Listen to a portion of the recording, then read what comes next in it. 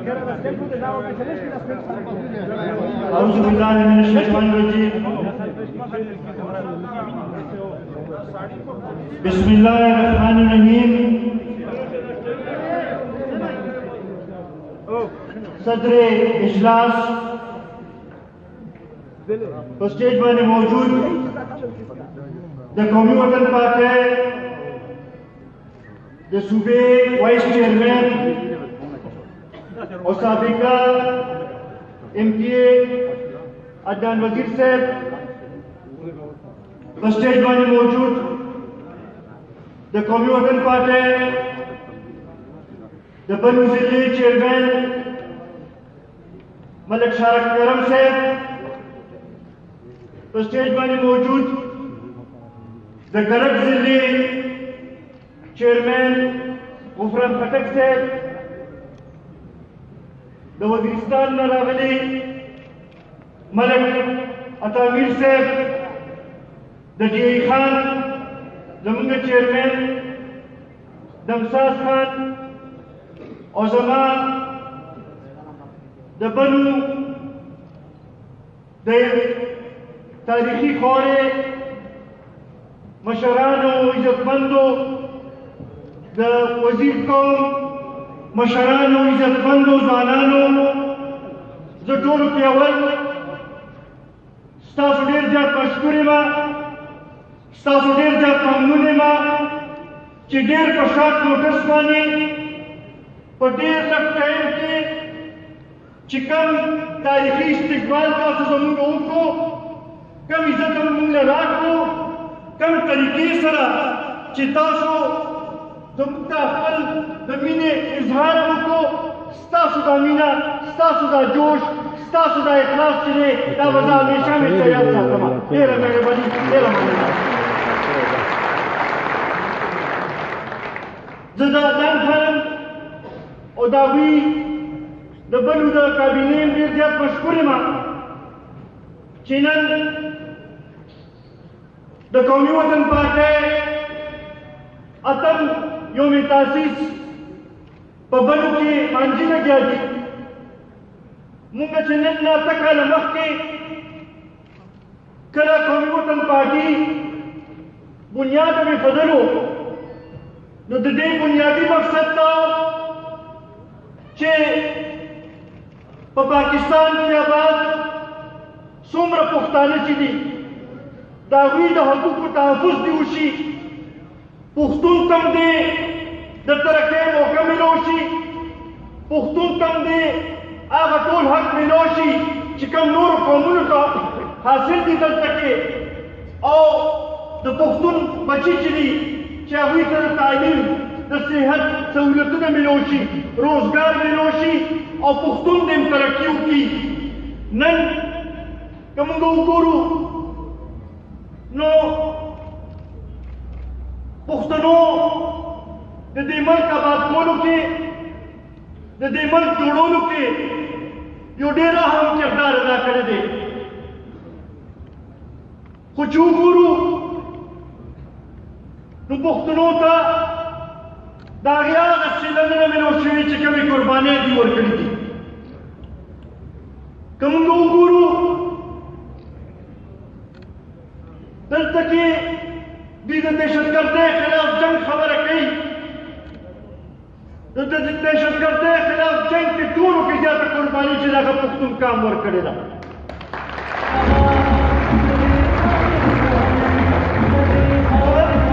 किस्मत है ना क्यों गुरु विनम जमुंगा तुष्वा कुर्बानी मुंगा वर्करा कोरोना जमुंगा तवाशु पखपल वतन की बेकोर मुंगा शु खुदा बदकिस्मत है ना चिर दहशतगर्द खबर राजी उस तरफ पुख्तून तोड़ लिखी हम बड़शु दा वली दा सका के दे मुल्क इस्लामाबाद की नास खलक चुके अवी दा फल पालिसू न पारा जमना फॉरेस्ट इस्तेमाल करा और दागी टूल नुकसानात मुंगा रोड़न چې کومې فایدې او کومې لوړ شوې نو په هغې کې بیا د پښتون حصه ونه شوه.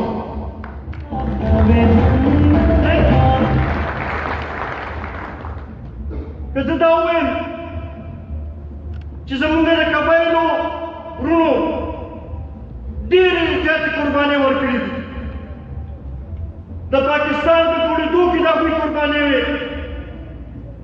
د کشمیر جهاد کې د هغوی قربانۍ وې، بیا د افغانستان کې چې کله روس راغی د هغوی خلاف په جهاد کې د هغوی قربانۍ وې، او بیا د دهشتګردۍ خلاف په جنګ کې د دوی قربانۍ وې. خو د بدقسمتۍ نه زمونږ حکومت چې دی هغوی زمونږ د قبایلو د هغه توجه ورنه کړه. په کاغذونو کې مونږ خو په دې خوشحاله شو چې ادغام وشو، مونږ په دې خوشحاله شو چې قبایلو ته یو شناخت ملو شو، هغوی د پښتنو د صوبې د پښتونخوا حصه شو. خو په عمل کې چې کوم طریقې سره پکار وي چې د هغوی طرف ته توجه ورکړل شوې وي، د هغوی هلته کې ترقي شوې وي، د هغوی هلته کې مسایل حل شوي وي، هلته کې روزګار ورکړل شوی وي، هغه شی موږ ته نه ښکاري. کومې وعدې چې دې حکومت کړې وې چې کله افغان کېدلو که هغه د 100 ملکو هر کال ورکولو خبره وه، که هغه هلته کې نورو ترقۍ کولو خبره وه، نن موږ ته هغه نه ښکاري چې هغه په عمل کې هلته کې په هغې باندې عمل کېږي. نن همدغه وجه ده چې پښتنو کې ډېره لویه مایوسي ده. پښتانه دې په ناست دي چې بھئ څوک به زموږ تپوس کوي، څوک به د پښتون کار د حقوقو لپاره اواز اوچتوي به. نن دلته کې بلو ته د راتلو یو مقصد دا و چې موږ ستاسو په ذریعه دا خپل قبایلو وروڼو ته دلته کې میشته ټولو پښتنو ته دا ووایو چې که نور څوک تاسو لپاره اواز اوچتوي او که نه اوچتوي، قومي وطن پارټي او ملي رهبر جناب آفتاب احمد خان شیرپور به تاسو لپاره اواز به اوچتوي به او که ضرورت راغی نو قرباني به ورکوي به. باندې وخت کې دلته کې زموږ یو مشر ملک صاحب د تیر الیکشن باره کې خبره وکړه. کله چې د 25 جولای الیکشن وشو نو موږ هغه وخت کې ویلو چې دا الیکشن نه شوي، دا سلیکشن شوي، او خصوصا د PK 79 چې دی د هغې خو تاسو هم دلته کې ګواه یې چې په هغې کې الیکشن نو شوي، په هغې کې یو کس لپاره ماحول جوړ کړی شوی، په هغې کې یو کس لپاره ډبي ډک کړی شوي، یو کس لپاره سرکاري مشینري استعماله شوې وه، او په هغې په نتیجه کې عدنان خان چې کوم زما په نظر کې اصلي MPA دی د هغې علاقې، هغه ته د هغه نتیجه چې ده هغه بدل کړی شوه، او د یو داسې کس چې هغه الیکشن نه وي ګټلی هغه نن په اسمبلۍ کې ناست دی.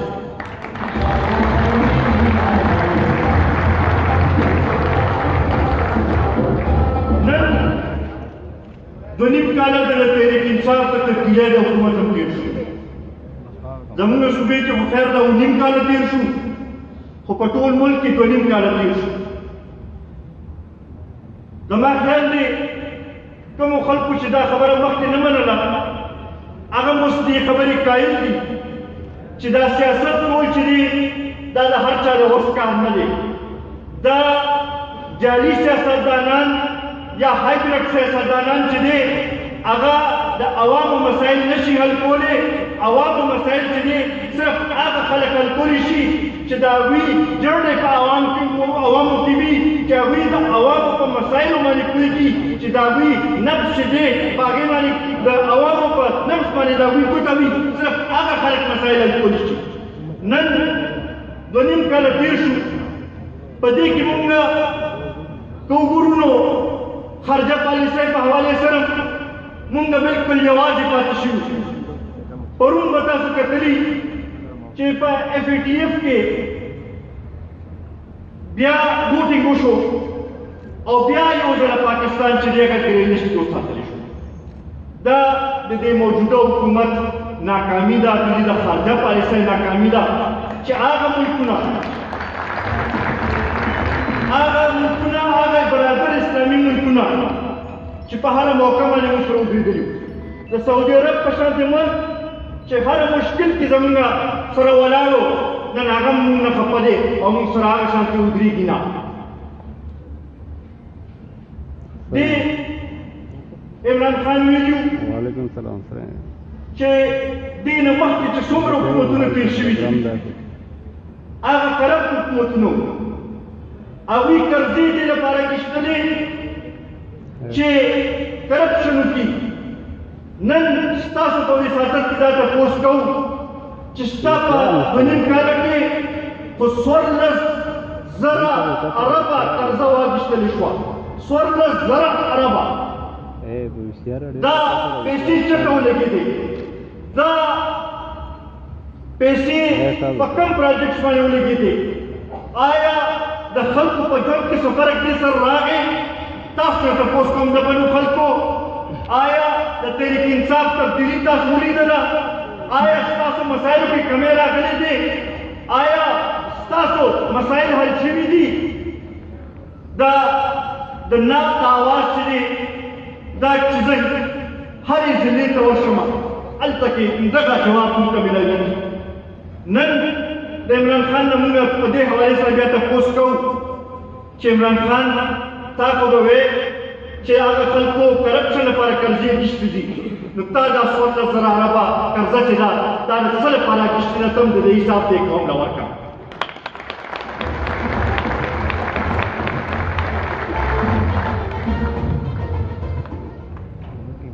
د خو وې چې دوه نه یو پاکستان دا مو ویلي که نه؟ آیا دا چیک پوسټونو باندې چې کوم سړک موږ سره کېږي دا نور قومونو سره کېږي؟ دا د پنجابي سره کېږي؟ دا د سندي سره کېږي؟ دا صرف دا چیک پوسټونو باندې دا زموږ بې عزتۍ چې دي دا صرف د پښتنو د بلوچو لپاره لیکل شوي دي؟ آیا دا د دوه نه یو پاکستان هغه بنیاد دی؟ دا آیا د مدینې د ریاست بنیاد دی چې څه خلکو ته ښه کتلې کېږي او څه خلکو ته چې دی هغه په کم نظر سره کتلې کېږي؟ نن د ډېر افسوس خبره ده چې زموږ اوس هم ډېر وروڼه چې دي هغه IDPs دي. هغوی اوس هم خپل وطن ته خپل کلي ته ځکه نشي تللی چې د هغوی کورونه راغورځېدلي شوي دي. هغوی ته اجازه نشته چې په خپل وطن کې خپل کلي ته لاړ شي. نن دا ډېره عجیبه خبره ده چې زه خپل کلي ته چې وځم نو په لارې کې مې یو کس ودرئ او شناختي کارت رانه غواړي او راته وایي چې اجازت به راکوي چې آیا زه خپل کلي ته خپل کور ته لاړ شم. زه دغې خلکو ته دا ویل غواړم چې دا د پښتنو وطن دی، دا زموږ خاوره ده، دا دلته کې موږ څوک ته یو ځای نه بل ځای ته تلو نه ایسارولی نه شي. که دا څوک کوي دا چې دی دا نور هم دې ملک ته نقصان رسوي دی.